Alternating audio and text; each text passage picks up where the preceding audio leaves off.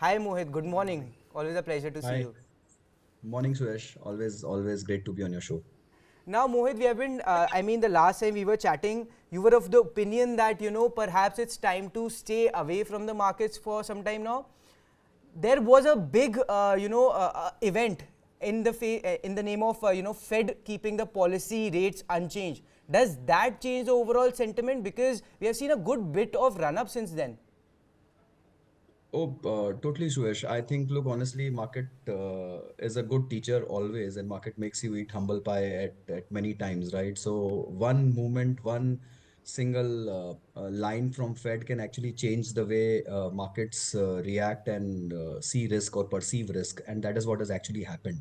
With the Fed kind of holding the rates to where they are, I think the markets have totally taken a risk on mood now. And globally, you see the sentiment has kind of changed because of Fed pausing, and people think that this is the peak of rate cycle in US. And if that be true, I think it then again can augur very well for emerging markets, all riskier assets and everything. And you see the impact of that on gold itself, right? So gold has actually pulled back a little from a peak of around 2000 odd dollars to now 1970, 77 something. And overall, the riskier equity class is flying across, right? Not just in US, but in India. Obviously, the markets have shown good sign of strength. And I think the overall consumption story, the result season, everything has been fairly positive. So there is no, what do you say, the result season, if you look at in a whole basket, I think it's only positively surprised, right? So I think companies are beating estimates on a majority basis, and which is actually shaping up well for the market. The India plus one story is also going on well, though FII flows have been a little muted of late. They have been pulling out, but not to a very large extent. But anytime an FII pulls out, I think the DII flow of purchases is extremely high, and there is good, robust local domestic demand in the markets, and which is, I think, holding up the market. So my sense is yes, I think the mood changes a bit with the Fed commentary, and overall the risk on trade is again on in the market unless something dents. Also on the geopolitical front, Suresh, just one last point here. The things have not escalated, which if you recall in my last session with you, I think there were these two factors on which I was basing my entire theorem, which was Fed and the geopolitical situation might escalate, but with Lebanon and other countries staying out of the entire action, I think it remains isolated to that particular West Bank corner, West Asia corner, and I think which is also a big positive for the market. So overall, I think yes, markets have again taken a risk on shape. Now, Mohit, as we were talking, Hunasa Consumers has listed, and it has listed at around 333 rupees a share, a premium of about 2.8% or so from its listing price. A muted listing. I was reading the brokerage reports. They suggested a listing of about 8 to 10% at a premium of about 8 to 10%. So, what's your overall opinion on Mamaearth in general? Because to me at least, it seems like a deja vu of Nykaa because the writing on the wall is clearly there. The valuations are high, high portion of OFS, weak financials, low promoter holding. Would you advise buying into that stock? Look, Suresh, I've always maintained that there's no dearth of good quality stocks in the market. You don't have to rush at the every IPO which comes in. And with a fancy story out there, you have to be doubly sure whether you are really buying the correct name or not, right? And I kind of concur with you on that. Honestly, I think listing is more a function of how the market mood overall has been and everything. I would be very surprised if these prices hold on for a fairly long while. Valuations ultimately do catch up and earnings do catch up, and real test of a good stock is its cash flow, which I think will take a long while in these kind of stocks to come through, right? And also, as you rightly mentioned, whenever there is a high degree of OFS, though out here some portion is actually going for fresh growth, or there is a fresh issuance of equity in this case, which is very marginal though. But yeah, I'm a little skeptical when promoters completely come out in these kind of markets to sell their own stake, right? So yeah, I think we'll wait and watch for a year or two, maybe, if not more, before the company can actually consistently deliver what is expected in the public markets, which is good positive cash flows and profitability on an overall basis, right? So unless that comes in, and is a formidable force, is a quarter-on-quarter phenomena where you think margins are increasing and the equity efficiency is there, that's when you would want to go into these kind of stocks. Otherwise, I think there's no dearth of names in the consumer space in the listed market, which are extremely good, robust managements, long-lasting track records, and good overall capital efficiency. So I'll kind of stay away from this. All right. Mohit, hold on there. We have a big earnings today. Power Grid Corporation is expected to come out with its results in the market hours. Amit here has expectations ready for us. Amit.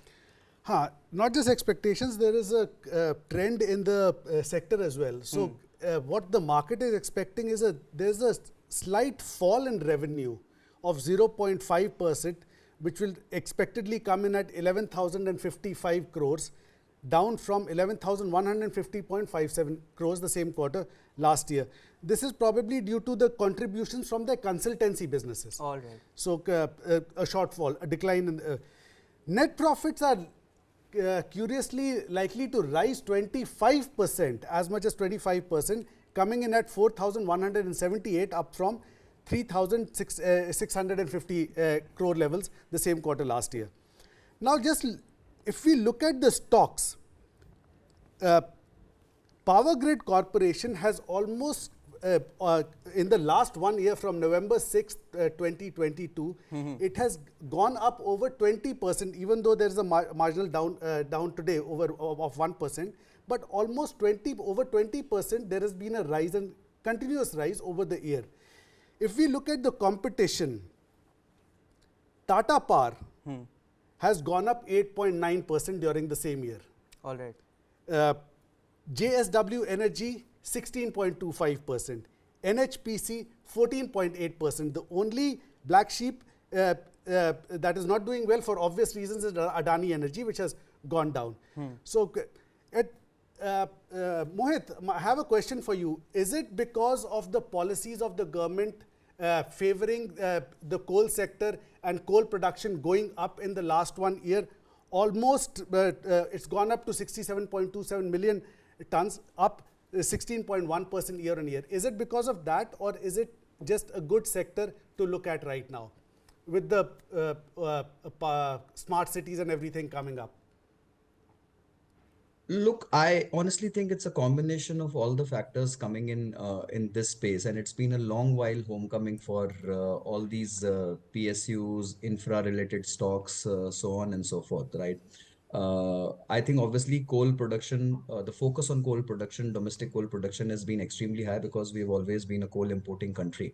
And I think that is high up in the order of priority in the minds of government, and which is where we are headed to also, right? I think that's one of the biggest factors. But I think the second factor is equally strong, if not more, which is the focus on this entire power space, this entire what do you say, sprucing up of the power sector in the country. There have been loss-making units for years and years put together. With the new investment on the infra side, with the new smart cities coming up, with new focus overall on development of metros and other things, I think this overall piece is coming up together. Plus, government has taken a lot of initiatives in cleaning up the balance sheets of most of these companies.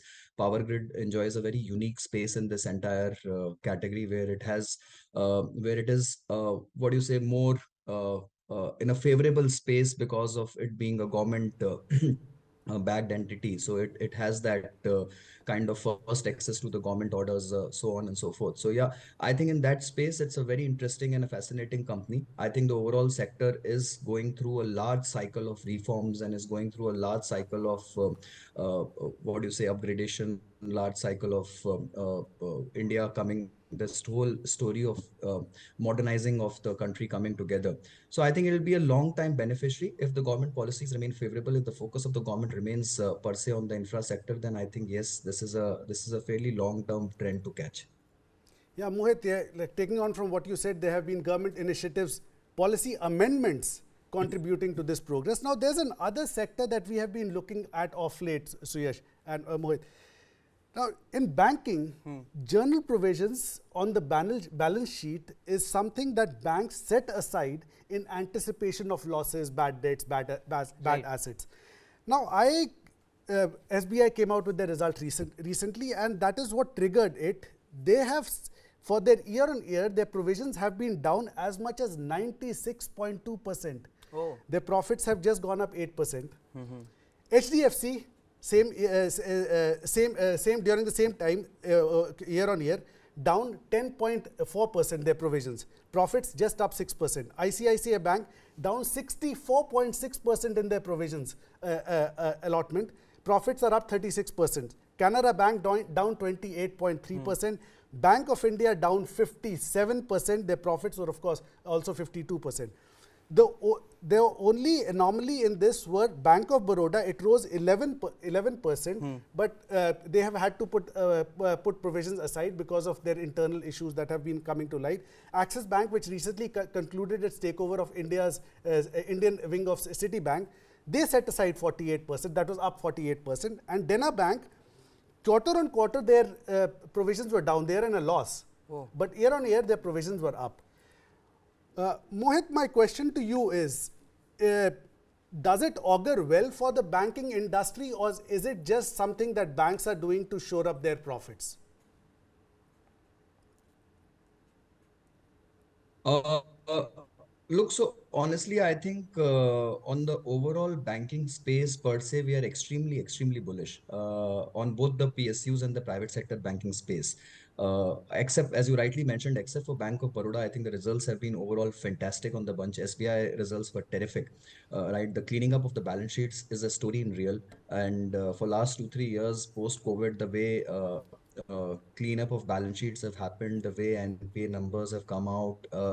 I think it's a massive story unfolding in front of us, right? And the overall India story, if you really want to capture, you have to capture. If you can capture it with one theme, it is banking per se, because finally this money goes out to the to all the sectors and individuals of the country which are booming largely, right? So my sense is yes, PSU space is extremely hot right now, and valuations have always been attractive in this space. SBI per se always looks like a fairly reasonable buy if they can continue the profitability trend and the margin trend and the NPA story. I think if they can just hold on to that NPA provisioning part of it, I think this stock is slated for a big up move from here.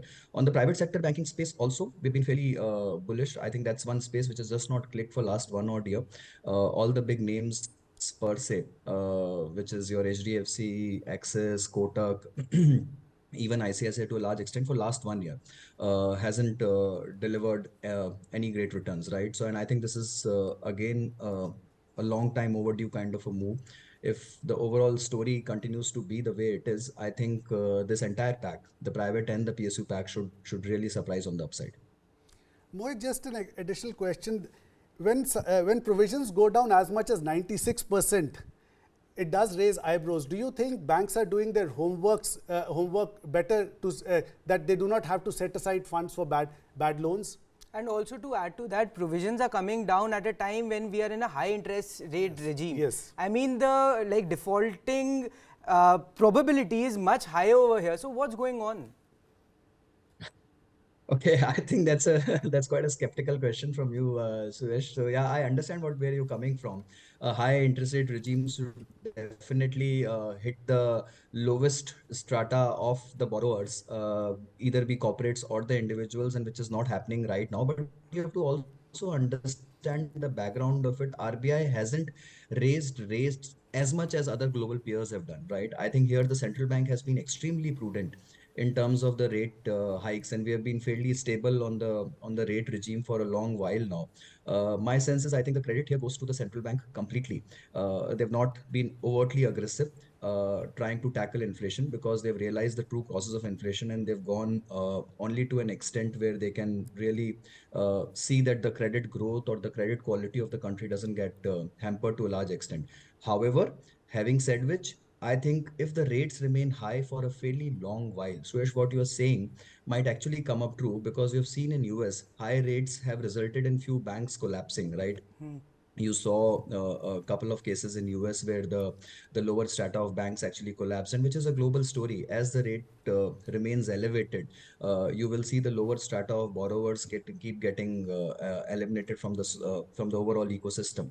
So which might happen. Maybe the corporates who find it very hard to borrow might really struggle to catch up to a high rate regime. But I think that story, if the rate cycle remains where it is for another year or so, then perhaps that story might start unfolding. But as of now, I think it is looking extremely good. The balance sheets are getting cleaned up as we are talking, and I think there has been some great work and effort being put in on the entire PSU space by the central banks and the government to kind of clean up the balance sheets, and I think which is all showing up now. So overall, I think I'll give credit to the space out here and still remain positive.